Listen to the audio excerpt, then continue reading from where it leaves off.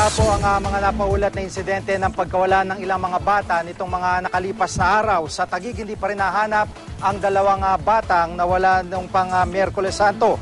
Mayroon din pong bata sa Parañaque na 6 na buwan ang nawawala. At nito lamang pong Martes, isang batang 1 taong gulang dito sa Barangay Antonio, Quezon City ang napaulat ding nawawala.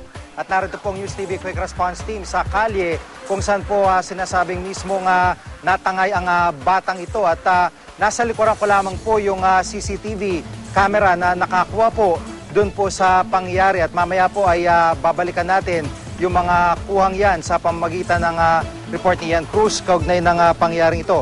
Samantala, masusi pong pinag-aaralan ng mga otoridad ang CCTV na nakuha po nila na inyo po nakita yung camera kanikana na lamang at ito nga po ay nakapag-record sa sinasabing pagkakakuha sa 1 taong gulang na bata dito sa Barangay San Antonio, Quezon City.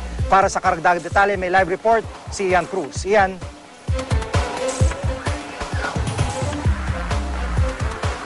Subukan po nating balikan si Ian Cruz maya-maya lamang. Samantala, ito pong magulang nitong si Lovelio Buboy Mendoza ay nagpakalat po ng mga larawan at katunayan, dala-dala ko po sa akin din yung larawan na hawak po ng kanyang nanay na inyo po napapanood sa mga sandaling ito. Patuloy po ang ginagawa nila paghanap sa batang si Buboy na 1 taon at 7 buwan gulang lamang. Ito'y nag-iisang anak po ng kanyang mga magulang at sa ngayon nga po, ito yung mismong CCTV na akin pong binabanggit kanina lamang.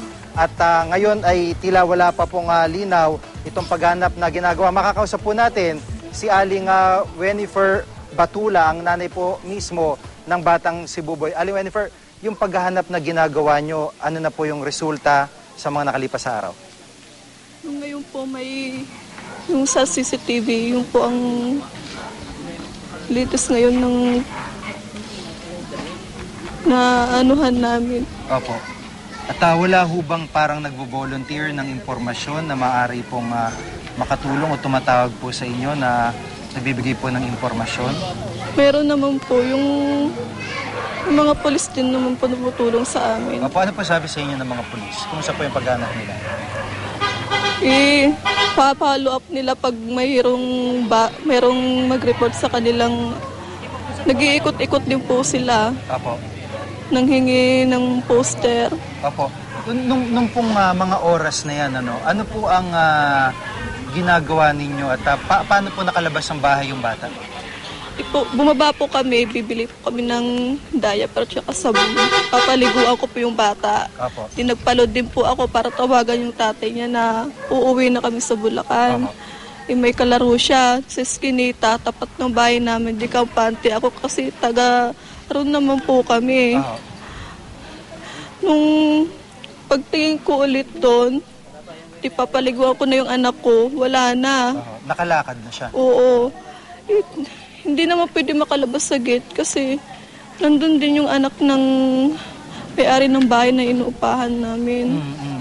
At napansin ho namin, marami ding mga batang naglalaro dito. Mukha namang maayos tong lugar nito at ligtas.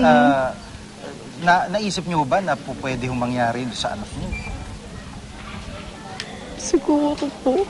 Opo. At, pero yun hong karaniwan, pag lumalabas ho kayo, pinapabayaan nyo lang siya. Karaniwan ho yun para sa inyo, hindi ho yun bagay.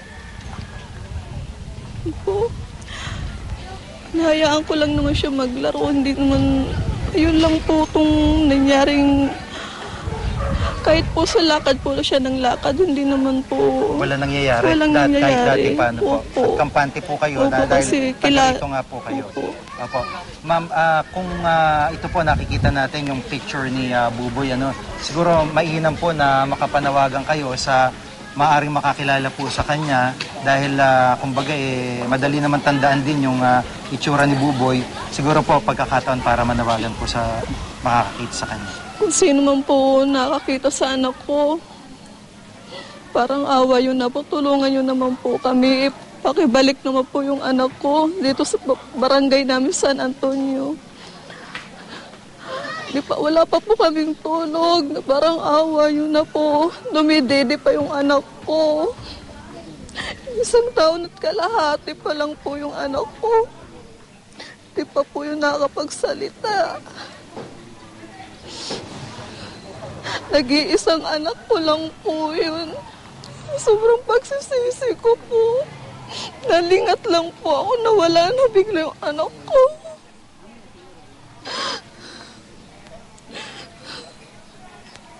Yung mga nagte-text po sa akin, tumatawag. Huwag po naman po kayong manloko, nagtitrip lang po kayo. May nanghihingi pa ng 50 million, wala po kaming ganun, wala kaming pera dahil kauumpisa lang po sa trabaho ng asawa ko. Hinatid lang namin yung uniform niya dito. Wala po kami ganun kalaking pera. Nanghihingi ng loan, mga nanluloko na patay na yung anak ko. Wag naman po ganun. Alam niyo naman po yung nararamdaman ng isang ina.